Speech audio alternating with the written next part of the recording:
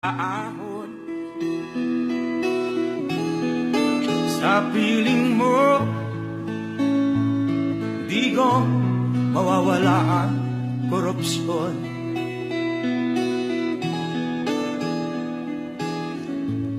Tayo na Pilipinas, tayo na magbago. Hawat kamay tayo para sa pagkasenso. May I request everybody to remain standing as we collectively pray our prayer for peace.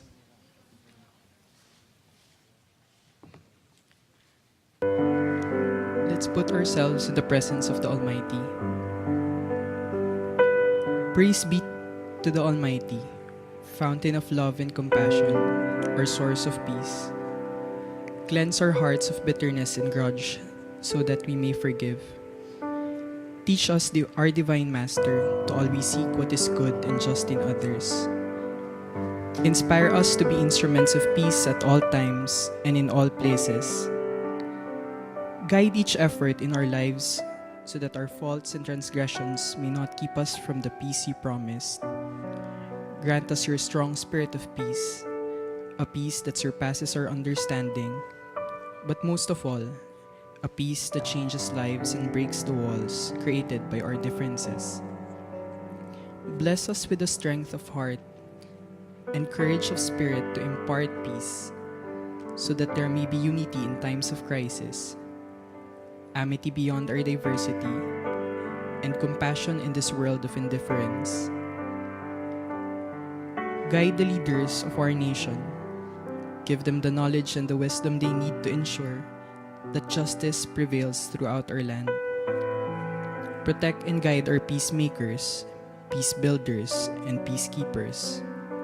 Keep them safe and secure even as they go about their missions in the most violent of places. Give us hope in times of darkness and despair, so that we may never lose faith in your infinite goodness. Lead us into the way of peace, so that we may be instruments of your light and love, sowing love where there is hatred, spreading joy where there is sadness, forgiving those who have caused injustice, comforting those in pain, and healing victims traumatized by war, discrimination, and abuse. We pray in the hearts of all for the guidance of your pure and peaceable wisdom. All this we commit to you in your most holy name and in all your wonderful creations. Amen.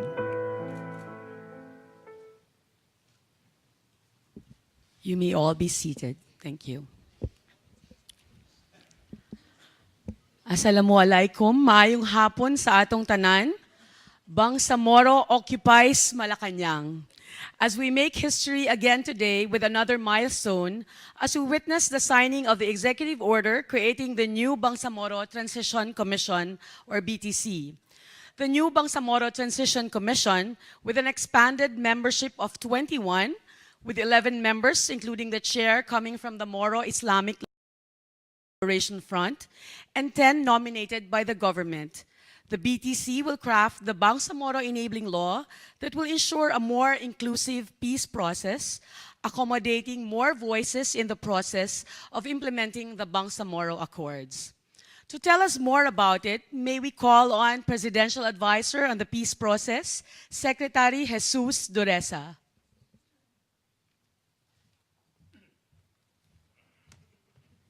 Thank you. Your Excellency, Mr. President Rodrigo Roa Duterte, Your Excellency Kagi Murad Ibrahim, the Chairman of the Moro Islamic Liberation Front, the Chairman of the MILF Implementing Panel, Mokhir Iqbal, and the prettiest person in the presidential table, the Chair of the Government Implementing Panel, dealing with the Moro Islamic Liberation Front, Irene Inday Santiago, members of the Cabinet, headed by our Executive Secretary, Bingbong Mijaldea, members of the cabinet, members of Congress who are all here, members of the diplomatic corps who are all here, members of the MILF Central Committee and their other officers who are all here, members of media, friends, ladies and gentlemen.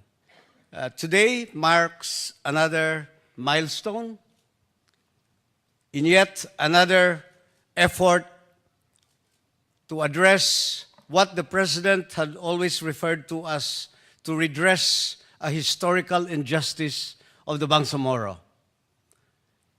We are going today to witness the signing of the executive order that will reconstitute the Bangsamoro Transition Commission, whose principal function is to craft an enabling law that will be entrenched in order to address all of these issues and address the aspirations of the Bangsamoro. So today we are all here. This is a very significant occasion because it will signal a restart of what had slowed down because of the failure of our previous Congress to enact the enabling law. So today, we'd like to welcome all of you. We are looking at a more inclusive approach to our peace process, and we are going to work with all factions, all groups of the Bangsamoro as we work towards the completion of that new enabling law. There will be other peace tables that will be established hereon that will hear also not only inputs from the BTC, but it will also hear inputs from all sectors who will be affected one way or the other.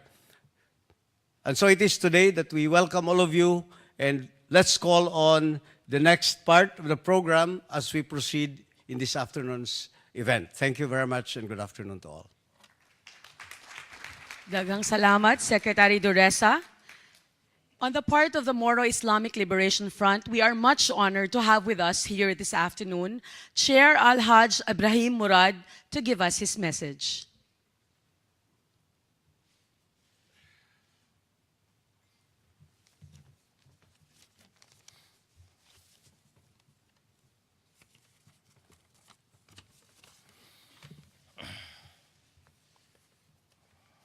Bismillahirrahmanirrahim.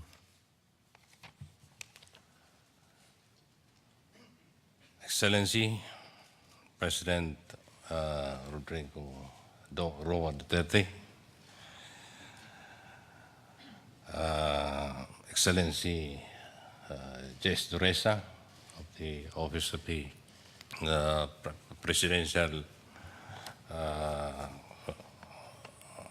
Peace Process, Executive Secretary Midel Dia, other members, the members of the cabinet.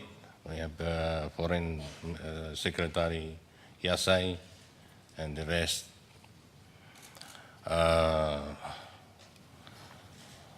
Congressmen, members of the Senate, senators, local governments, officers, my colleague in the Moro Islamic Liberation Front, and other guests who are with us. Assalamu alaikum wa rahmatullahi wa barakatuh. Good afternoon to everyone. Once again, I come here today in this historic place in the name of peace and for peace.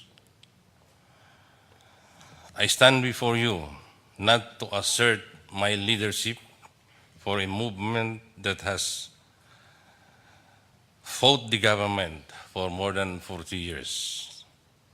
I stand before you to represent and assert the legitimate interests and aspirations of my people whose desire for peace and justice has long been denied. I come here today not to cash in, quote, the dividend of peace, unquote. I come here today to offer partnership for peace, so that together our people and we may reap progress and development. I stand before you not to create division as a result of our assertion for a distinct identity.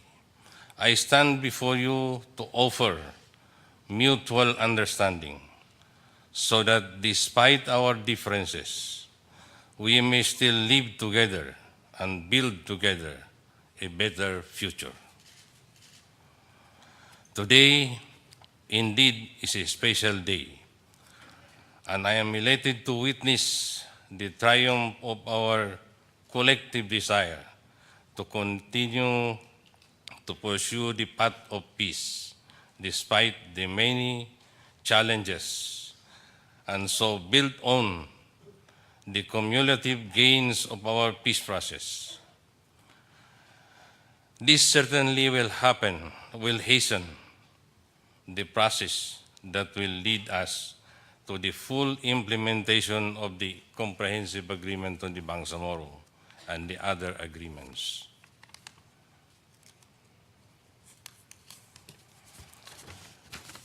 The signing of the executive order that will reconstitute the BANGSAMORO Transition Commission brings to the fore the sincere desire of the new administration under the able and strong leadership of His Excellency President Rodrigo Roa Duterte to continue the path to peace, given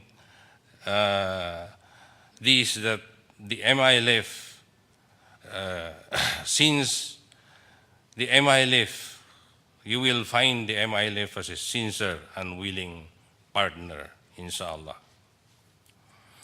It is our hope that the signing of the executive order will pave the way for the immediate passage of the enabling law that will translate the provisions of the CAB into a law. The CAB is the embodiment of the legitimate aspiration of the BANGSAMORO people to determine their future and govern themselves within a larger Philippine Republic. It is an important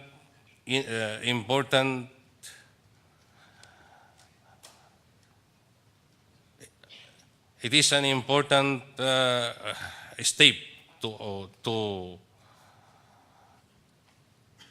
to ascertain what the President has always been mentioning, the historical injustices committed against the BANGSAMORO people. It is not just our right, but it is the right thing to do. The CAB and its translation into BBL is not the franchise of the MILF. The benefit of the law will redound to the benefit of everyone in our region and the country in general. It is a law that will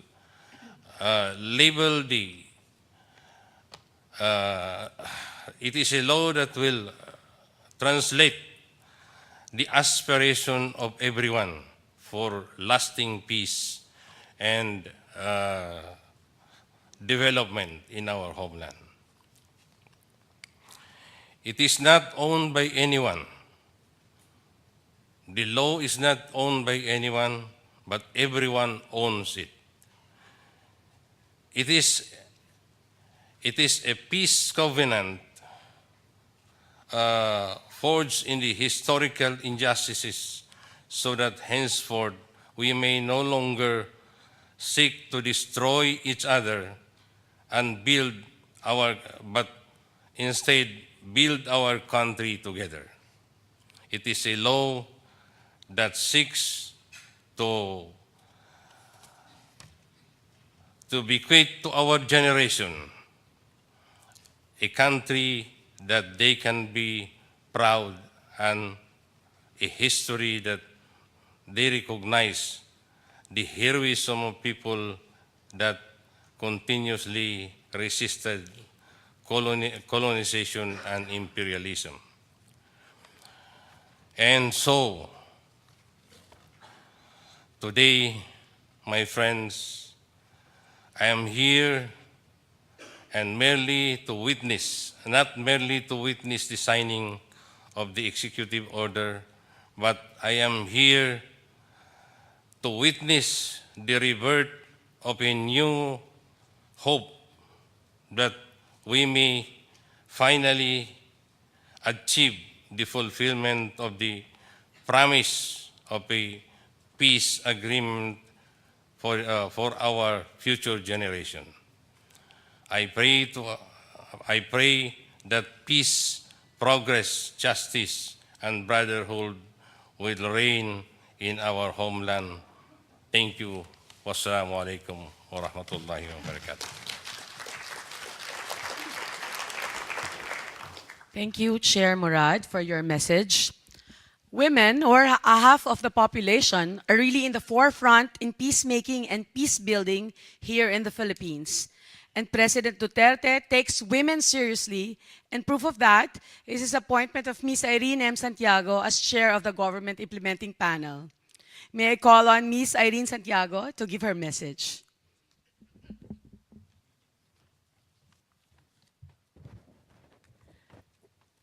Rodrigo Roa Duterte, President of the Philippines, son of Mindanao, friend, distinguished guests. Who was it who said that the quality of a peace agreement rests on the quality of its implementation?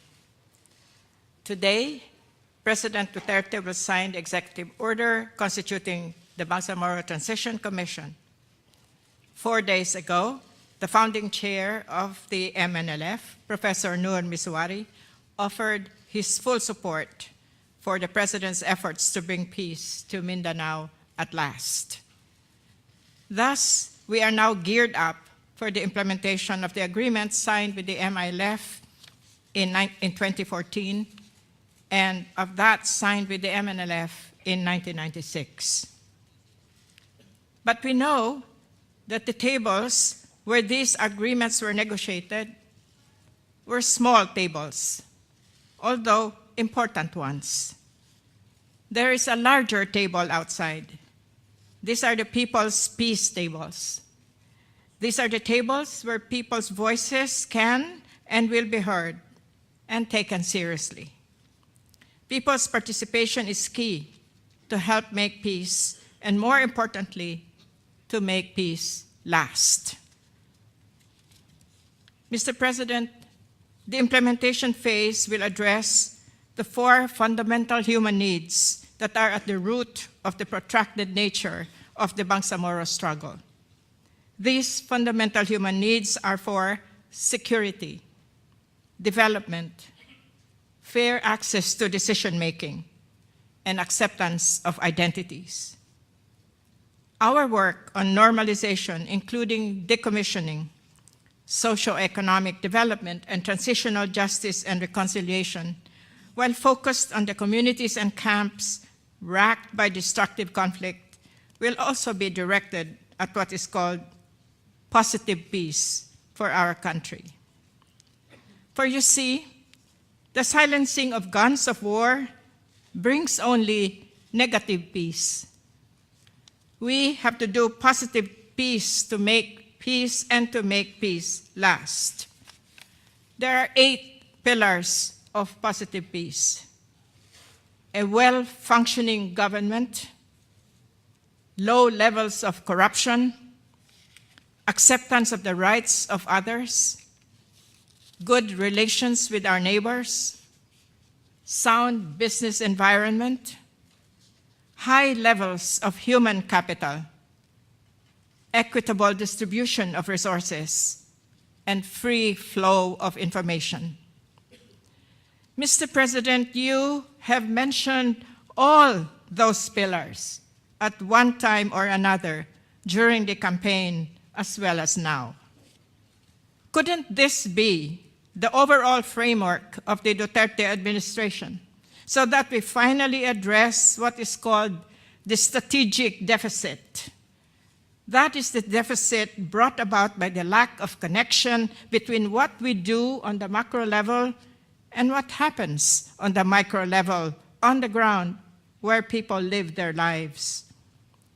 As I pointed out to the newly elected officials of the ARMM, it is not the proliferation of guns that is at the root of violence. It is the lack of all the pillars of positive peace. Mr. President, in the Global Peace Index, the Philippines is currently 139th out of 163 states and territories. If we all work as a system, the MILF and the MNLF, all departments and agencies, women who are half the population, the youth who are the majority of our population, and all sectors, and the CPP, NDF, NPA, because that agreement is coming along well. If we all work together to construct the 8 pillars of positive peace, perhaps, Mr. President, the Philippines will be in the top 10 of the most peaceful countries in the world by 2022. Permit me to borrow the powerful words of the editorial of the Times of India on the occasion of that country's independence. I find these words apt to where we are in the Philippines today, and I quote, "History, they say, is a bad motorist. It rarely ever signals its intention when it's taking a turn. This is that rarely ever moment. History is turning a page." The Philippines today seems like it is actually 2 countries. One Philippines is looking down at the bottom of the ravine and hesitating. The other Philippines is looking up at the sky and saying, "Mr. President, with your bold leadership, it's time to fly." Thank you. Thank you, Ma'am Inday. To also deliver his remarks, representing the MILF Peace Implementing Panel, let's welcome Chair Mohager Iqbal.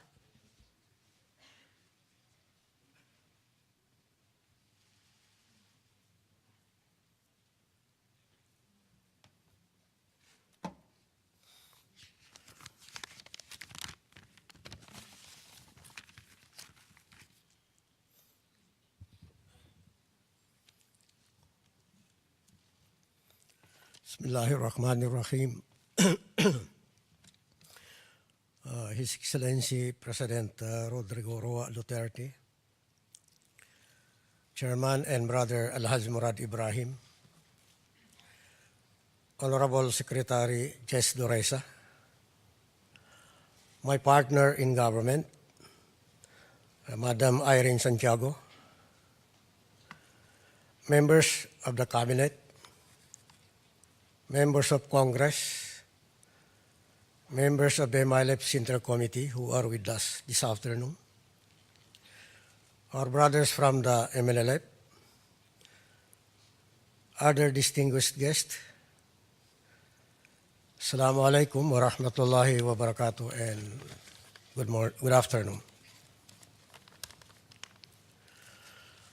On December 17,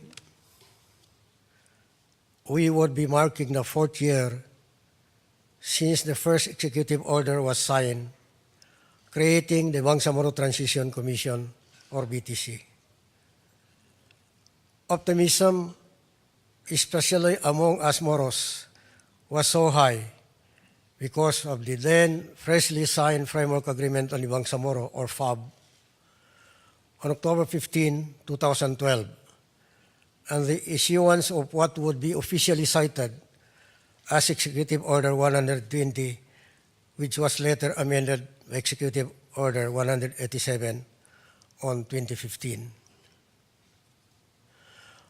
We thought and anxiously anticipated that before the 16th Congress would adjourn, the proposed Bangsamoro Basic Law, or BBL, would become a law. But as everyone here knows, the bill did not even make it to the second reading in both the Senate and the House of Representatives.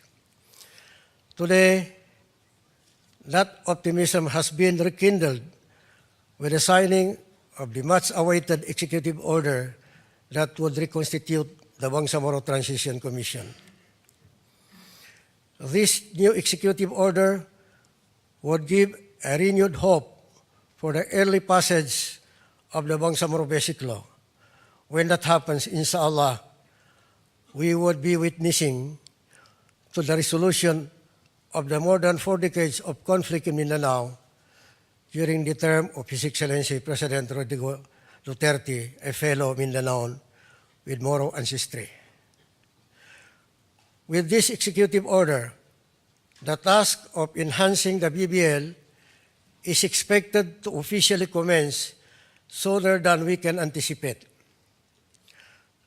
As the membership of the reconstituted Bangsamoro Transition Commission has been expanded, we expect the representation of various sectors of the Bangsamoro society so that the process of enhancing the BBL would be more inclusive and embracing, just as it was in the previous BTC that I had the privilege to lead.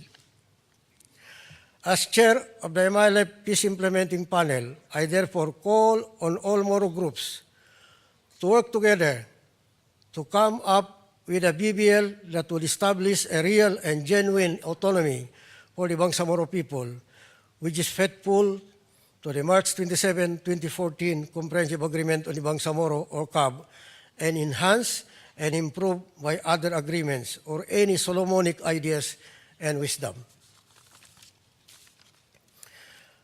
On this another historic stage in our common struggle to pursue the Bangsamoro right to self-determination, let us set aside our selfish, parochial, tribal, and or organizational interest and make the paramount the collective interest of the Bangsamoro who just demand the restoration of their identity, correction of the historical injustice committed against, and the resolution of their legitimate grievances.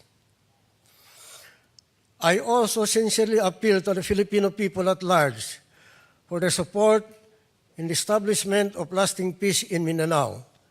Just give the Bangsamoro the chance to truly govern themselves in the genuine autonomous manner set up in the signed agreement, and we would work very hard for peace and development because that is what every one of us wants to achieve. I would like to state in advance my appeal to the current Philippine Congress, to our honorable senators and congressmen, to fast-track the legislative process in passing the BBL. As I have consistently stated, and I reiterate, that we in the MILF trust the collective wisdom of Congress in passing the BBL. We still hold the trust. Please do not fail us, the Bangsamoro, and those who wish to have genuine peace among us, especially in Mindanao. At this juncture, I must say to everyone and sundry that the passage of the BBL is a national interest of this country. It would put to rest this longest-running conflict in the world today. Lastly, we thank President Duterte for his efforts in moving forward the peace process. We have no doubt that the President really wants to end the conflict in Mindanao.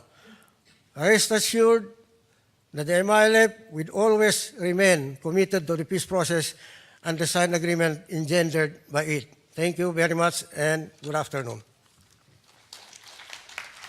Thank you, Chair Iqbal.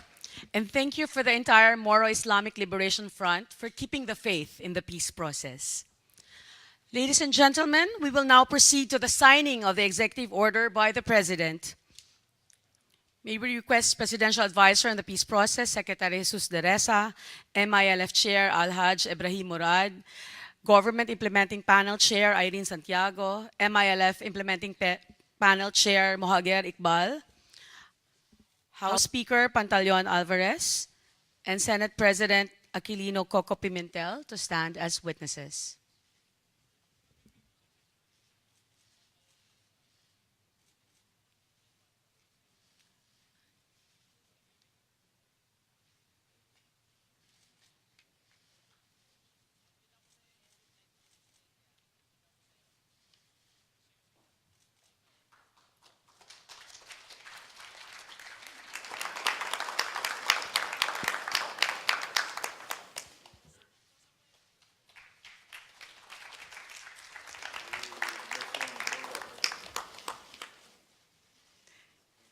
Thank you, Mr. President. And now that the executive order has finally been signed, may we call on Secretary Jesus de Reza to formally introduce the President. Ladies and gentlemen, His Excellency, the President of the Republic of the Philippines, Rodrigo Roa Duterte.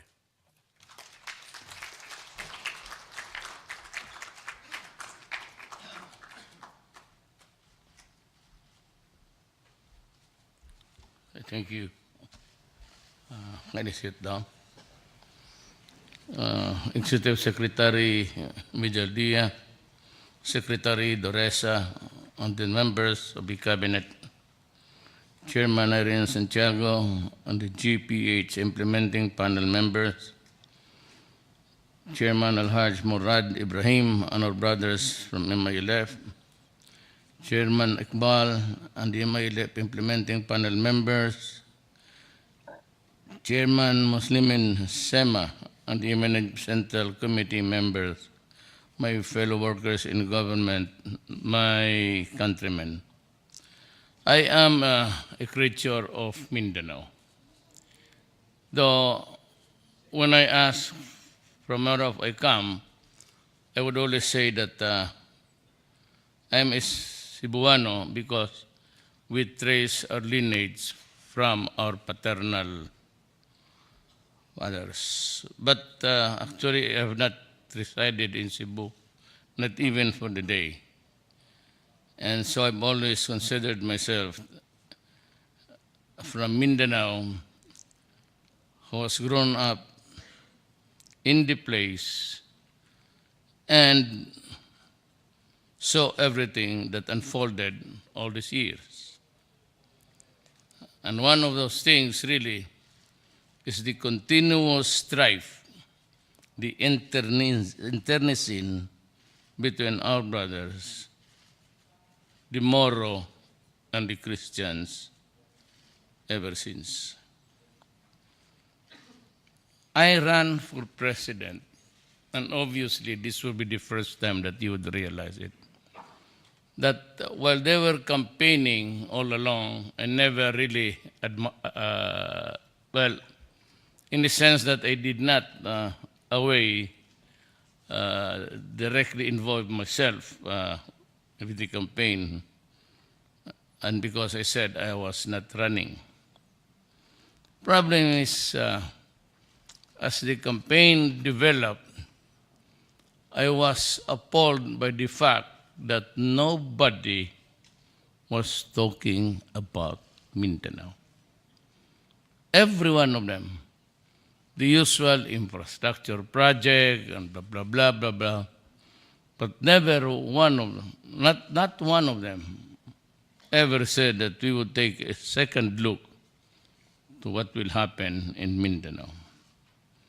And being there was an eyewitness to so many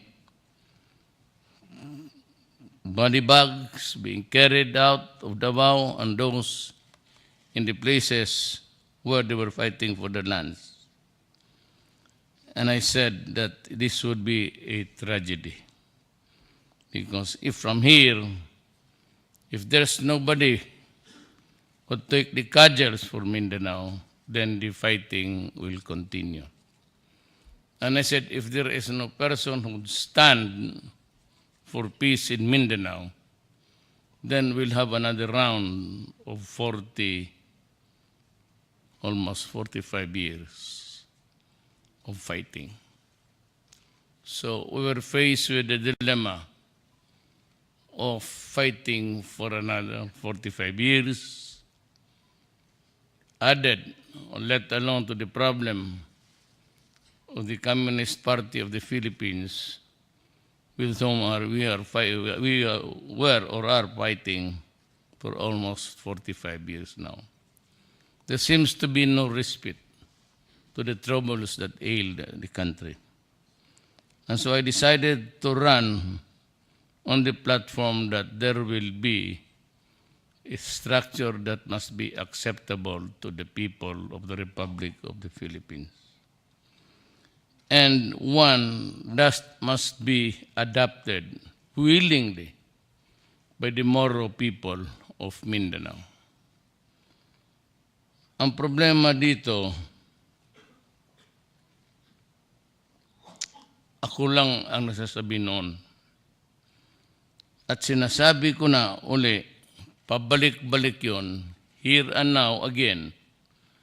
I will tell you that without an altogether new framework and the best structure that would be acceptable to all would be a federal setup. And I said that if you can perfect the federal government apparatus by about the third, fourth year, and there will be a president, a strong president provided for that kind of government, I will willingly give up the rest of my term. I will resign, and I give you my word now. Kung madalian lang sana to at kung mapadali natin, there will be no problem sa akin because it provides for a strong president, and since I'm elected for 4 years. But if you can just finish it in 3 to 4 years, I am out. That I commit to you. So madalian lang natin to. We can have a special autonomous within the federal government for the Muslim in Mindanao. But the historical injustice, I said, that's what I term the situation now, must be corrected. And it dates back to the time of Magellan. Well, he was comfortable capturing the islands of the Visayas and Luzon, but in Mindanao, they tried to do it, but they were not able to complete the process because Mindanao at that time was already 100% Islam. Doon ang nagka-problema. And because they were not only trying to inject a new system of colonial rule, but also a religion. That complicated matters, and that led into a bloody war for 400 years of resistance by the Moro people. And when the Americans, by the terms of the Treaty of Paris, the Philippines was included as one of those conceded territories by the Americans. How it came about that Mindanao was included, that is really a mystery to all of us. But that started another round of trouble. And I said, pardon me for saying it, it's not really intended to just, and there's so many atrocities that accompanied the campaign. So that when I showed to everybody the photographs of those taken during the time and showed the pile of bodies of men, women, and children in a pit, in several pits in Mindanao, I would usually be answered by saying, Mayor, matagal na yan. That's 100 years. And I told them that, this picture is a portrayal of the problem until now. It is not 100 years old. It is today. Unless you're able to do something about this photograph, this photo. And mind you, it was not taken by the Filipinos at the time because nobody had that gadget called camera. Sa kanila yun eh. The only problem is they took pictures of it and piled it in the archives of their country. And so some enterprising Filipino got a copy of it. And so that's we have these pictures of almost the brutality and cruelty of men. And mind you, the irony of it all, that it is the very country that's really trying to come up with this very late realization of what the human right is. Yun ang ano ko.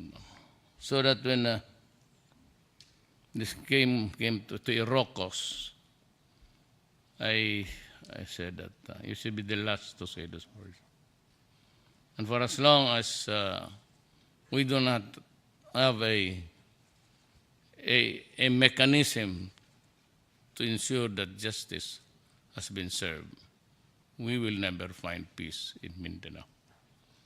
In the same manner with the communists, we must be able to address them. Otherwise, no president ever after me will be able also to solve it on time. Maybe over time. But I said what is very important is to educate the people. And that is why I am very much interested in the education of the Moro people. And mind you, when I entered the mayorship, there was only one madrasa school. And today it has expanded to almost 169 because I wanted the Moro people educated so that they would know what to do with their country in the coming years. So my only desire is that peace in Mindanao would finally come. And if it can be done peacefully, without a fight, we would be grateful to God that not a single drop of blood has been shed in this new undertaking of giving a country finally the deliverance from violence. Ako, hindi ko nga malaman. You know very well, kayong mga, half of my line of grandchildren are Muslims and half are Christians. So I would be the last person really to deny hindi natin kailangan. Because I would still also be in a quandary if it indeed it happens and say, where is my loyalty? Saan ako niyan yung ilagay? And so if there's any one person actually who was really very much interested about peace at the start and even the campaign, it was my battle cry. Mindanao, and of course, corruption and the drug and the issues of criminality. But whenever I went around to, I always said that we have to have peace in Mindanao.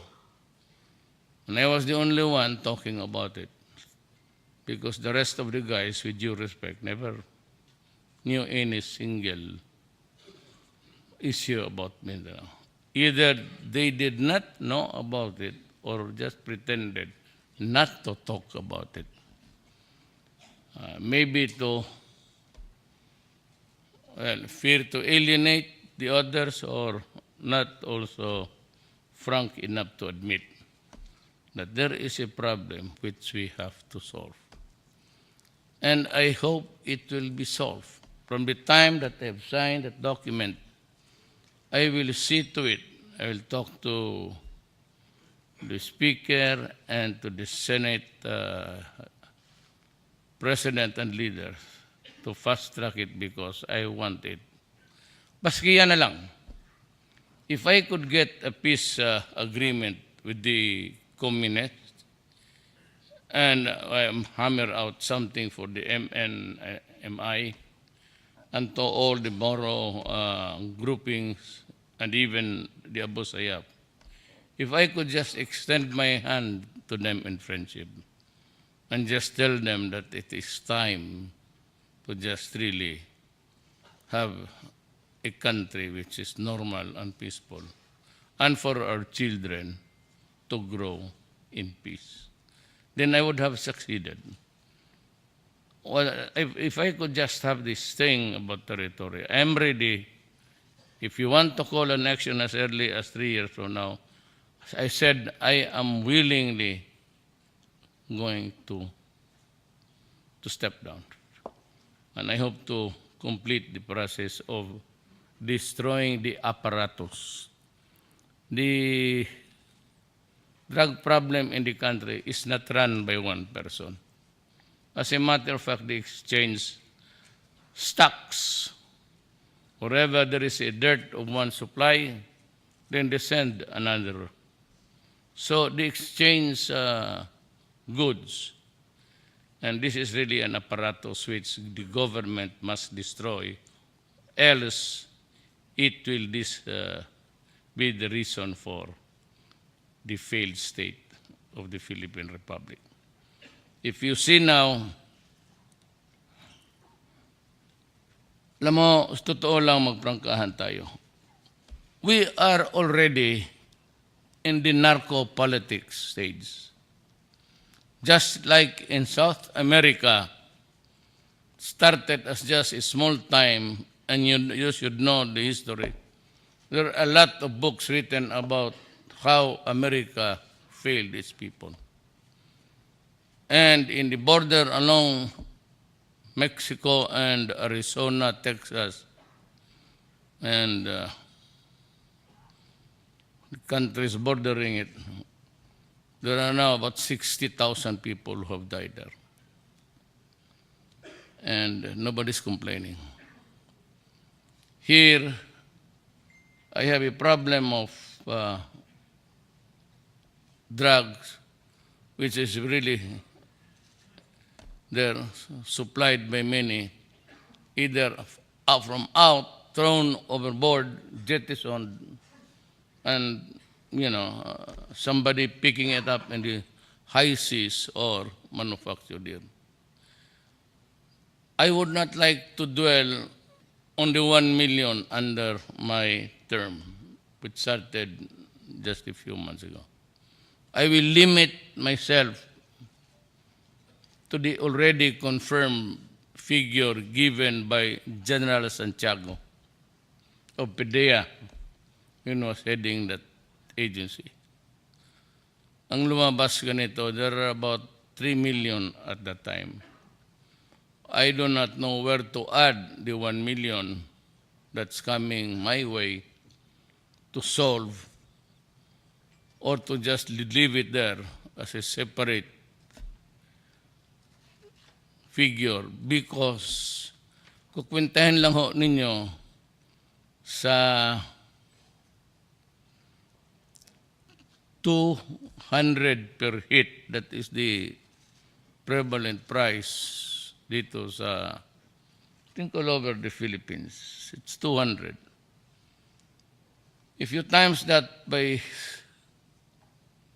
3 million, yung kay Santiago lang muna, you will have about 6,000 per month, per person. And if you multiply it by weeks, then you will have 18 billion a week, 18 billion a month rather. And if you count it by years, that would be 216 billion a year. Money that is intended for food, money intended for the school of the children, money intended for medicine. A breadwinner in the family would lose that much. And not all of it are really honestly earned. For some of them were stolen from the other hands of those who are robbed, killed along the way. It's the highest of crime. Kailangan talaga maputol ito, not only the individuals, but the apparatus itself. And mind you, again, I did not order the police to take punitive actions. I directed the police and the armed forces to go after them because I have declared war. And whatever the human rights guys would tell us, whatever be the characterization of the situation, I am declaring a war, and until the last pusher or the last drug lord is killed, this campaign will continue until the very last day of my term, however short or however long it is.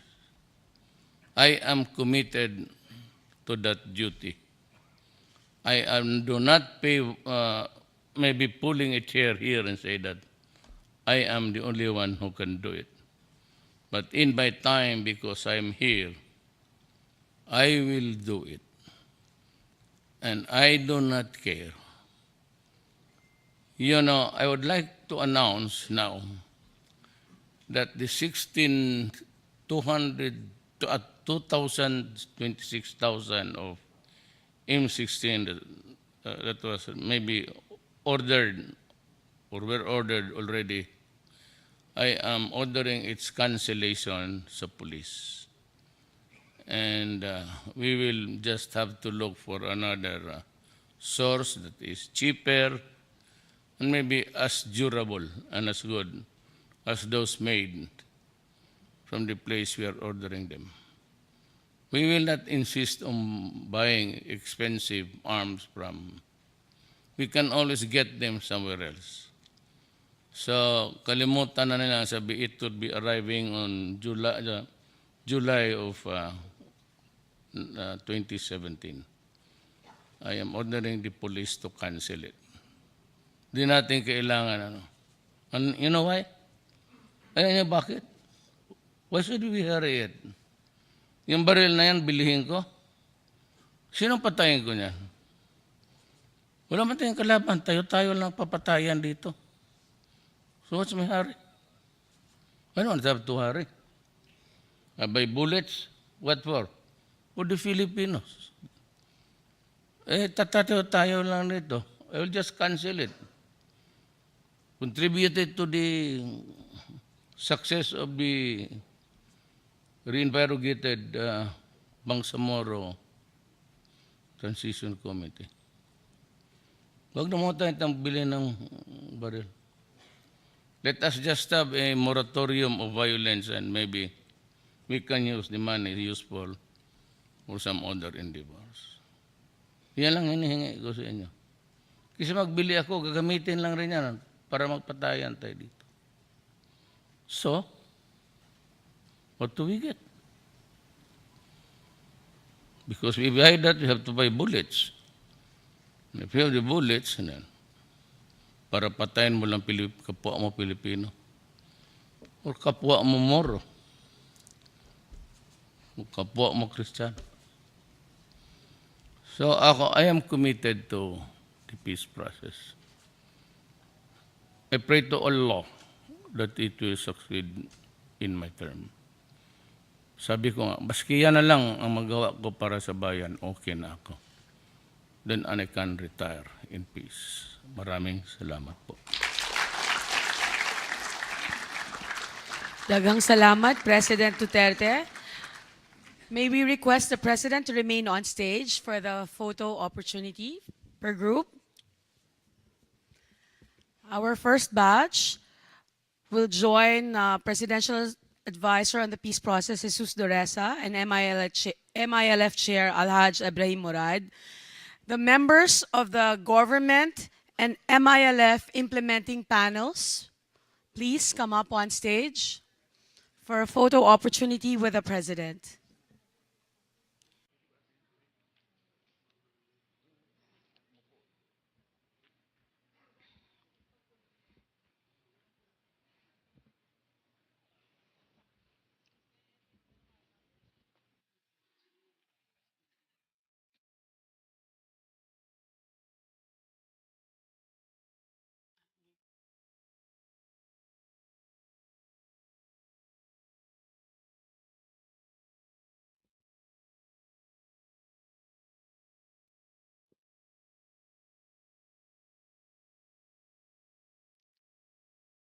We request the members of the both panels to remain on stage, and we ask the members of the cabinet to join them on stage.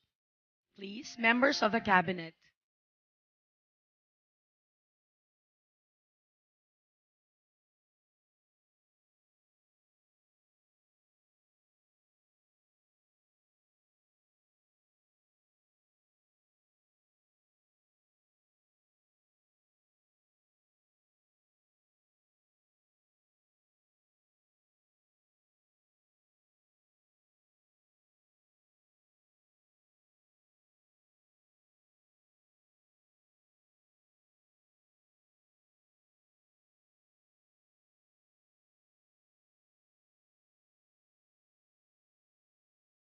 So we'd like to thank the members of the cabinet. At this point, may we call on the members of the House of Representatives to join our President and both members of the panel of the GPH and MILF.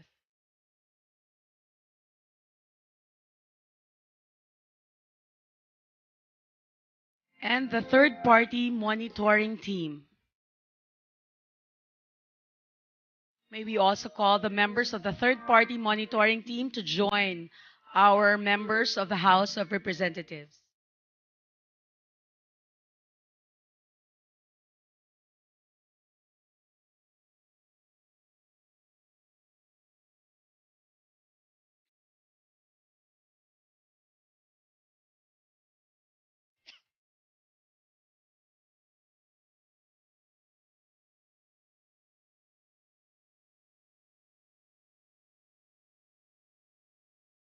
Thank you to our members of the House of Representatives and our third-party monitoring team. At this point, may we call on members of the Moro Islamic Liberation Front to join our President and our panels.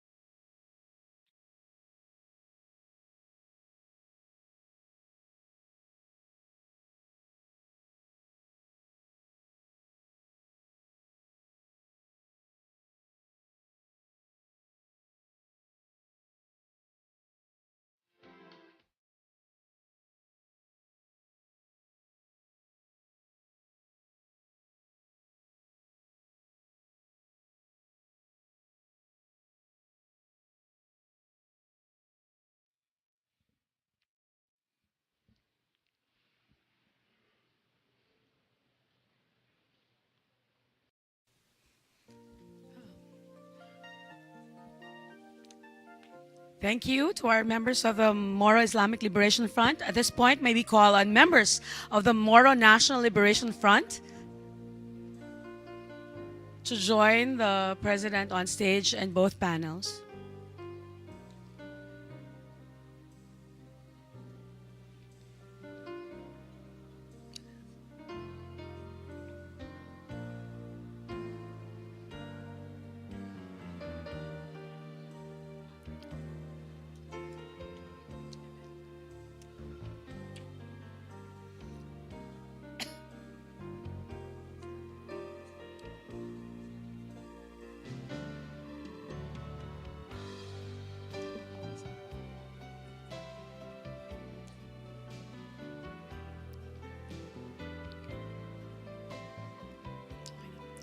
Thank you to the MNLF, and may we request now other guests and civil society organizations and from the security sector to join our president and the panel for a photo opportunity.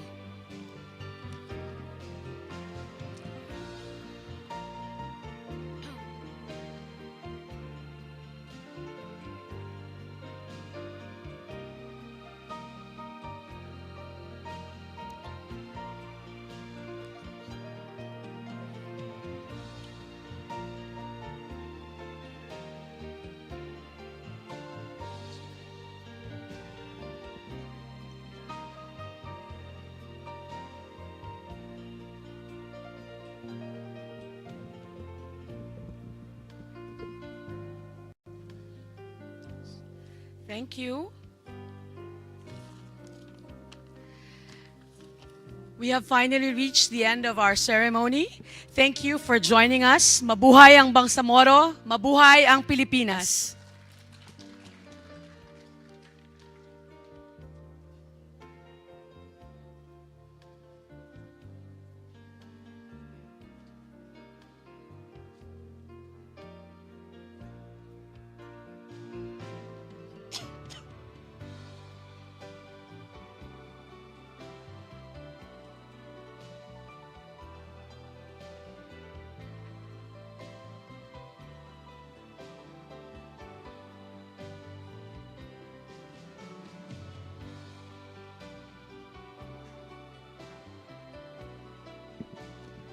We would like to invite our guests to partake of the refreshments prepared to us by the Malacanang Palace on both sides of the Rizal Hall.